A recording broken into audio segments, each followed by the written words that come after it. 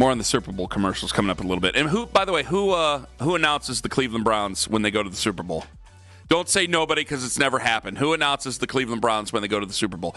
Which I didn't. John Bon Jovi, I thought was a Giants fan and from Jersey. What's he doing introducing the Patriots? Did you see that at all? No, I didn't. So they played music that would so Seattle came out and they were playing Alice in Chains' Man in the Box. They were playing grunge music when they came out. And who the hell introduced the Seahawks? I forget. Damn it.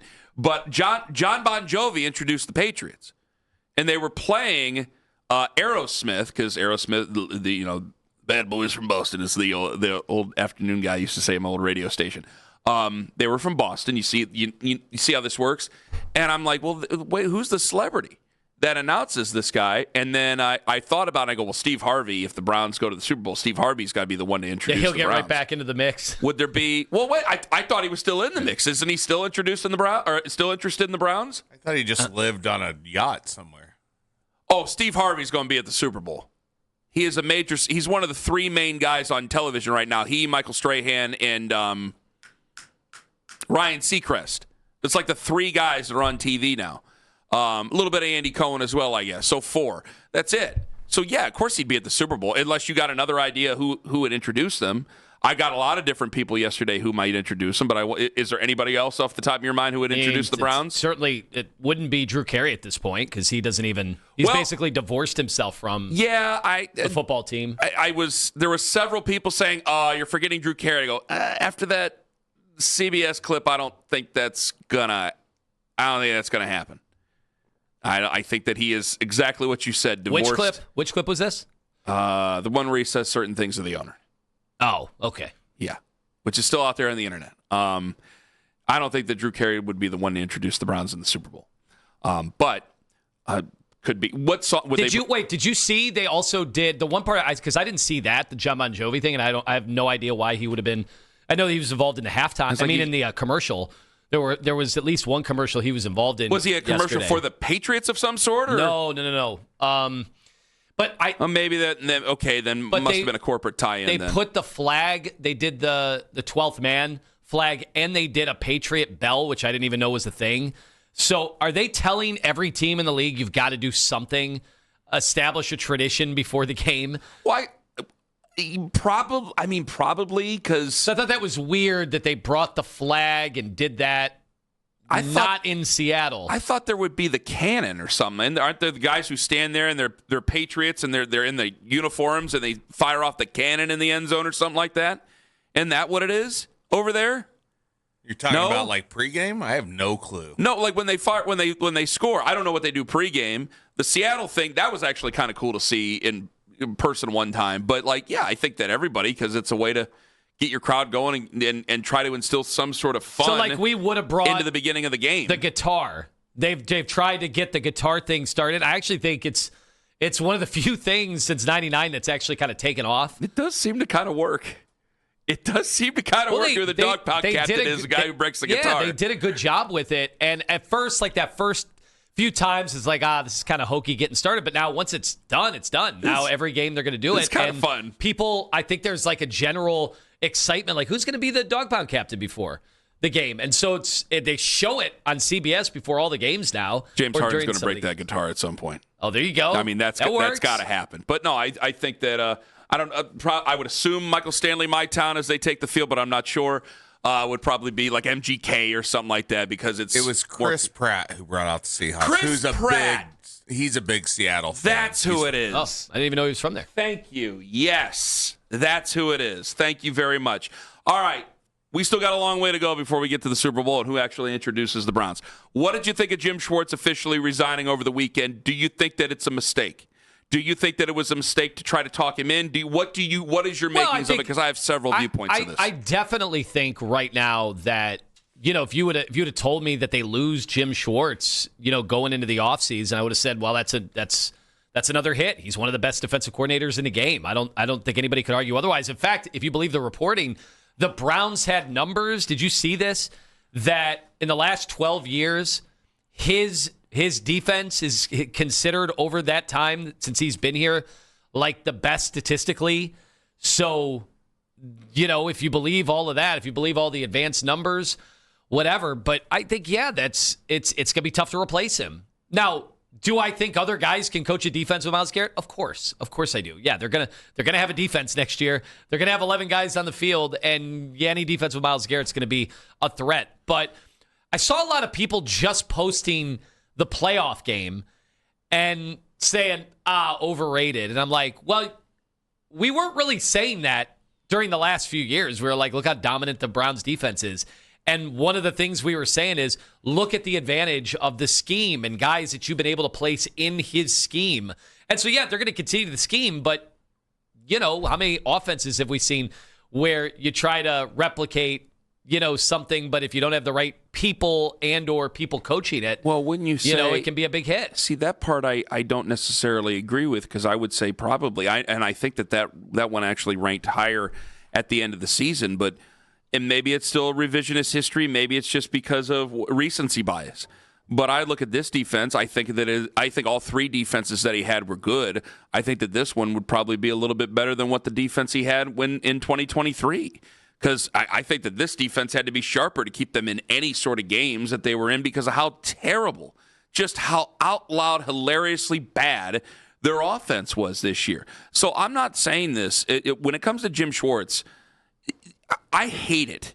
And this is what we do now in sports. I hate it when I take one thing, and I've done it, I'm sure I've been guilty of it myself, taking one thing over a sterling period of time and saying this is the reason why we don't need this guy anymore. Over the course of time and over 3 years, I think it goes without saying his defense has been fantastic. I don't need to say a bunch of nasty things about the guy to make me feel better. It is which is what people were doing, and over I the think last that's totally wrong. And that's why I got I always bring up the Bill Callahan thing with you. That's why I get so sensitive to that. And it's like, guys, you have to be ready to replace these guys, but it doesn't mean what you're losing isn't significant. Jim Schwartz is a significant piece. Bill Callahan obviously was a significant piece, but you have to be ready to move on. My entire issue of it is because of how things went when Todd Monken was first made head coach. You couldn't have him back in. That's why I read the Mary Kay report over the weekend about, contrary to... That they had meetings. That Todd Monken tried to talk him into staying. Didn't sound like that on Tuesday that he tried to talk him into staying. Hell, it seemed like it was you were either with us or against us in so many words. So that part, I just flatly couldn't believe what I was reading there. I guess I'll have to ask her the other thing, on Thursday if it still matters. But, you're losing a significant piece, but you need to replace him with somebody who's going to be able to take this defense and still keep it afloat as one of the better defenses in the NFL. I did laugh. And look, it's what every fan base would do. I mean, the coping that goes on after the fact. And now we're going to act like he wasn't a good defensive coordinator, and because they lost the playoff game that he was overrated. Yeah. I saw a bunch of people saying, too, that, he just couldn't go up against the better play callers. I'm like, what happened to his dominance against Shanahan teams? Remember that? Remember that was the talk of the NFL? And so now we're going to act like none of that was happening. Yeah, what is he, 9-2 now against Kyle Shanahan or whatever it is? Right. So, we just say things to make ourselves feel better. And again, maybe they can make a hire or elevate from within, and maybe we don't lose a step. I mean, honestly, I can't tell you that the guy's irreplaceable. I just think he's been one of the strengths of the team. But the one thing I absolutely loved is, oh no, Kenny, Eileen Gu. It just went south on the slopes. Oh my God! I hope they don't have to airlift her out of there. Anyway, so the one thing I will say that I thought was absolutely ridiculous that I was hearing from people was, this proved he didn't have the temperament to be the head coach. Like, what are you talking about? She's up and walking. Like, yes, they cut away. I got kind of scared. I was like, oh my God. But what are you talking about? Like, one thing has nothing to do with the other. Because a guy is salty that he didn't get a job that he actually really wanted, and we finally had a guy that actually wanted to be the head coach of the Browns. There are very few guys, apparently, that want to be the head coach of the Browns in the NFL. He's one of them, and now he's salty he didn't get the job. That means he couldn't be the head coach of the Browns. One thing has zero to do with the other. If you are top four defense, which they have been with you, I think they were third, 8th, 10th, somewhere in there, and then 4th this last year over Jim Schwartz's time. If you're still one of those defenses, if you're a top 5 defense 2 out of 3 years, that means if you're taking a step back, okay, you might be in round number 8. Now you're hoping that your offense is going to be a little bit better. And 8 might be the difference between a couple of wins and a couple of losses, clearly here. But I don't think that I need to say a bunch of nasty things about Jim Schwartz out the door to make myself feel better about it. It's going to be the challenge. I don't need to try to make myself feel better about it. You know who needs to try to make me feel better about it is Todd Monken and whoever he hires. And the comfort of what is going to happen during the season. I can't make that justification right now in February. How about Jimmy Haslam, who told you at the start of the search that they were going to do everything they could to keep Jim Schwartz? They weren't lying. They did. Some people think it hurt them in the coaching search. So we can't act like they didn't put a high price on his value with the organization. Yeah. So I just think a lot of people have to now convince themselves that it's not going to matter that he left. And we'll see. Maybe they do. Maybe they replace him with an up-and-comer. Jeff Thomas had some of the names. Maybe they, again, elevate from within. They've interviewed a couple guys from within. Either one of those guys, I think, might be nice. I know Jason Tarver a little bit better than I know the other one. I don't know either one very well whatsoever, but I'll tell you that. But the history there, I think that both those guys have been defensive coordinators before. Now you're starting this a little bit later on, but there's other names that are possibly out there that you could bring in as well, and that I think that they should really examine, considering, like, I know that being a head coach of this football team might not have been the most desirable thing. The defensive coordinator of this team, with the players that you have, with Myles Garrett, with Denzel Ward, with Grant Delpit, etc., Carson Swessinger, etc., I think it is actually a very desirable job for a defensive coordinator. I think losing Jim Schwartz, it comes with risk. I don't think that we're so much better off, like, okay, we're going to be fine. I don't want to have to take words back that I don't mean. And I know that there's been some people saying, Ken, man, you're doing a lot of fear-mongering this morning. No, it's not. It's not that at all. I see what they've done. And I see what other teams have done, and I think that we're still a bit away. And Jim Schwartz brought a lot of confidence to the fan base. I think he brought a lot of trust to the fan base. He has name recognition with the fan base, and he's gone. Okay, well, that doesn't – you had to be ready to replace him at some point, and now you're going to have to replace him. And it's going to come down to who they hire and what their process is to hire and not screw up a great defense. And that doesn't matter as much to me, 3-4, 4-3 guys. I think most of it's hybrid now. I think if you can't make adjustments, then you shouldn't even be a guy that really should be. I think that everybody has their preferences of what they would like to run in a base, certainly. But if you can't make adjustments for the type of players that you have on this defense, which is a top 5 defense now over the last 3 years, going on now 4 years, because I don't see it changing very anytime soon. If you can't make those adjustments, then I don't want you interviewing for the job, frankly. And they've interviewed 2 guys who are inside candidates now. If they wanted to bump those guys up, yeah, I would have. I've spoken very highly of Jason Tarver, clearly. Well, Monken has been very clear. He wants to preserve the system. Yes, and Ephraim Banda, I know less about him, but I think I would go into it with almost as much trepidation as I would anybody. Now, Sean McDermott brings some name recognition, certainly. Maybe some people would feel better about him. Now, I don't know if that's really actually been bandied about. Guys who are really good assistant coaches, they're going to be tough to replace. But even if say you're a good franchise, look what Seattle has to do this morning. Clint Kubiak, they won last night. Clint Kubiak's like, yeah, I'm taking the Raiders job. Like, yeah, that's it. You have to replace good coaches. The Philly's been through it. Yes. And if you're a good team, that's what you're going to be. Good teams are tasked with that. Bad teams, hate to say it, we're tasked with that when we make coaching changes and we have to bring other people in. And there's always good assistant coaches on every staff. So, yeah, they got to get themselves an opportunity to do so. But losing Jim Schwartz, I don't think it's just some easy thing that we'll be able to do and move on from and nobody's going to care about. It's going to be a challenge for this football team. It's going to be a challenge for whoever takes over. But you have to be ready to do so. And I think it was time to move on. Any coach that I've spoken to, whether it be former NFL coaches, current assistants, college guys, even high school guys, I mean, there have been 15 different guys that I've spoken to over these last 3 weeks. And when Jim Schwartz, a couple of weeks ago, decided to do what he decided to do, that said everything that needed to be said. You can't have that situation coming back to you. 216-474-0092. Deshaun in Cleveland, you're first up on the Fan. Hello. Fellas, what's going on? Hi, Deshaun. Go ahead. Hey, I don't think that the Schwartz. I mean, obviously he's a great coach. It was some play calling on his side that was a little bit to be desired. Also, I mean, he's playing. We're playing man to man like we got 3 nickel corners this year, and we didn't at all. our nickel cornerback got shredded this year, a lot because of his man-to-man defense. I think we got somebody replacing. We got a way better defense now than we had in 23, 24 when he started. We don't really have holes. Might have one hole, period, on defense. So, I mean, I'm not saying anybody can coach it, but I'm saying if they hire one of those guys from inside, we should be fine defensively. It's all about Monken. And I want to personally give an apology to Mr. Monken. I think last week or 2 weeks ago, I called her and said he's an old geezer and he's an idiot. Why did you call him an old geezer? Why did you call him a geezer and an idiot?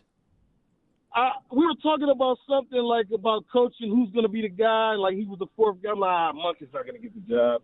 He's an old guy, and I was an idiot for saying that. This guy's a genius. He knows what he's doing.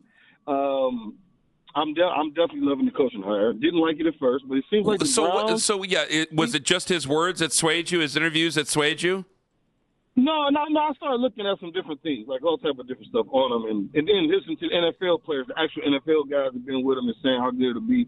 No, it seems like the Browns fans were finally wrong, and the Browns might be right finally. I think fans have warmed up to him over the last couple of weeks, and I've gotten a better feeling about him. And I know that we go back to 2019 all the time because that was the last time he was here. One of the things that kind of put a lump in your throat, Deshaun, and thank you very much for the call, was that, like, remember, they reached out to Bill Parcells, and Bill Parcells like, you know what, I'm kind of busy. I can't really give a statement about Freddie Kitchens. And people are like, what? You can't give a statement? Like, I didn't really want to say much. If they're not willing to line up and kind of say these things, it kind of scares you a little bit. Yeah, with Monken, that was not. And with Monken, that hasn't necessarily been the case. I know we're moving on, but we're about to open up a can of worms here. One of the great, I think, the themes of the offseason, aside from 3 teams in the division all attempting to retool, but this battle between Jesse Minter, really young, obviously that he was going to get a head coaching job, and arguably got the best job of any of the teams, of any of the coaches. Mm-hmm. But then also Mike McCarthy versus, Todd Monken. As far as it's a reboot in the division. I mean, 3 new coaches, and the one that probably should have gotten a new coach 2 years ago kept their coach at the Cincinnati Bengals. So it's kind of a reboot of the whole division. I mean, it is. I think with Todd Monken, I'm not going to make a big conversation piece about between Monken or McCarthy like I have before. I think that if you're the Steelers, it's trying to keep the standard the same way it is, which I know that they hate overusing that term, so I'm not going to use it very much. And then when it comes to Monken, I think that you're trying to do. I think that they think they're closer than what I believe they are. And so if they think that, then they're going to try to freshen up some ideas and move forward with some of the players that they have. Bleacher Report was able to run down Myles Garrett. Now, I know a lot of folks have been looking at this going, you guys sit there and you talk about all these other QBs. But, we had Denzel Ward talking to Kay Adams last week, and Denzel Ward would not put the seal of approval on things when it comes to the quarterback.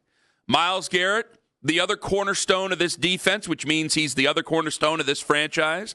Myles Garrett got ran down by Bleacher Report, and he was asked about whether or not Shedeur is the guy. Do y'all have the guy? Is Shedeur the guy? That's what we're looking at as a guy. We're going to give him a shot to prove that he's the guy. So we're not going to give anyone that title until they go out there and earn it. And he was the last person to be on the field, and he showed some flashes. So we're going to give him an opportunity to show what we can really do. That's Micah Parsons asking Myles Garrett that question, courtesy of Bleacher Report. I got another clip in there to get to in a second. However, what did you make of what he just said? First of all, that entire podcast was amazing with Micah Parsons. I mean, Micah Parsons knows how to host a podcast. And he was clowning on Parsons the whole time. He's one of the few guys that backs up the play. Like, there's been a couple of players like, dude, are you too interested in podcasting and not necessarily playing? Micah Parsons is able to do both. Go ahead. What were you saying? So this was altogether pretty good. And, look, there are a bunch of people that listen to our show that go into YouTube Live, and they are just operating as if Shedeur is QB1. Like, that's it. As of right now, I operate as if he should be QB1 going into camp. But it does not seem, for all the stuff about, hey, look, the players respond to Shedeur, but they're not talking like it. So I find that very interesting, that nobody is out there just definitively saying he is the QB1. they're saying, hey, he'll have a shot. I think, but Miles, I'm not seeing anybody go out there and just say it. I think this is more of Miles and Wadsworth.